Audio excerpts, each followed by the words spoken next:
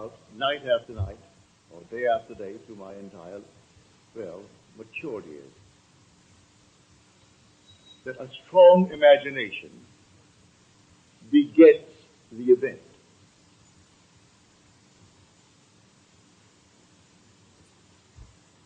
Biblical faith is essentially faith in God as Savior. But this God, of whom the Bible speaks, is your own wonderful human imagination. Your own imagination is God, the immortal you. That is the divine body, Jesus. Imagination is not some vague essence, as one would be led to believe. It is a person. And that person is Jesus in you. That is your own wonderful human imagination. It is this being in you that must be raised. He's buried in you. Now, I took that theme from the current issue of Time magazine. You might have read it. It's in the current issue. The man who said it was quoting Montaigne, the great French essayist, who lived in the 16th century. He undoubtedly influenced the thinking of most thinkers of the world. And he quoted it in Latin when he presented a product that he had, and then translated it forward, which is, a strong imagination begets the event. Now, this is his story.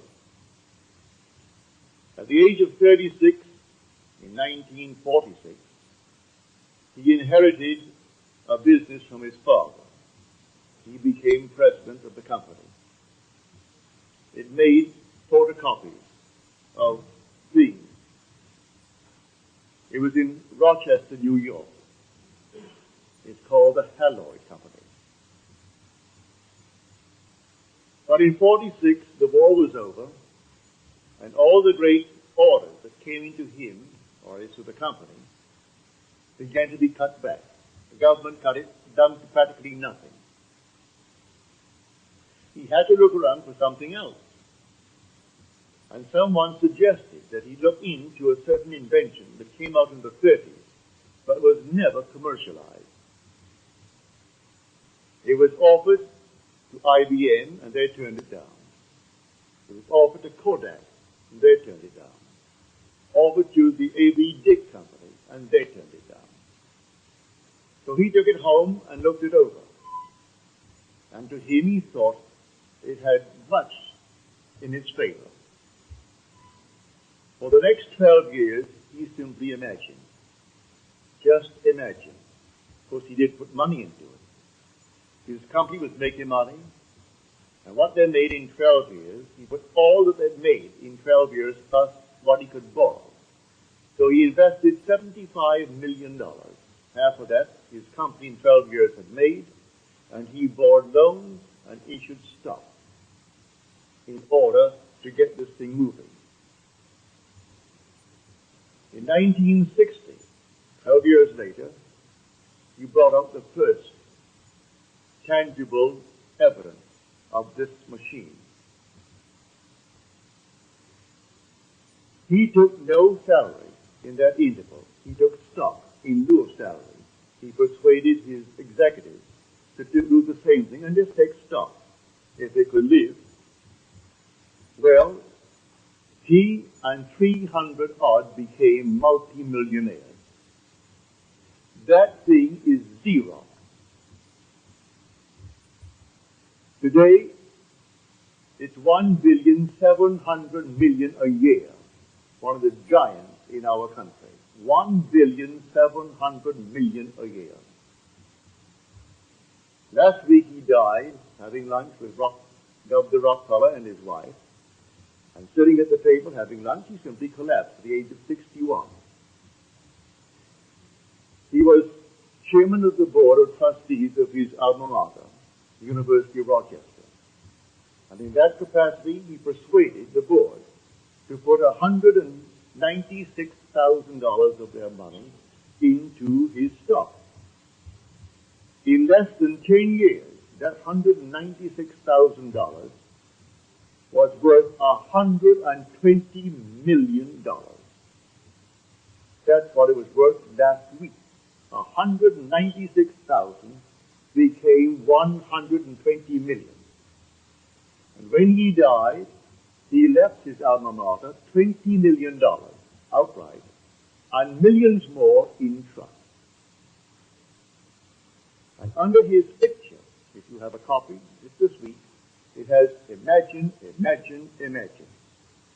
And when he made the first sales pitch for his machine, he quoted this Latin phrase of Montaigne, which translated simply means a strong imagination begets the event.